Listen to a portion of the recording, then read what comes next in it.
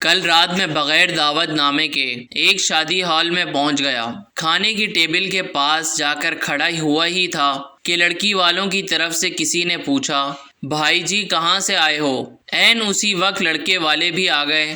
پوچھنے لگے، بھائی کدھر سے آئے ہو؟ میں نے کوئی جواب نہیں دیا بلکہ چپ چاپ شادی میں آئے لوگوں کی گنتی کرنے لگا۔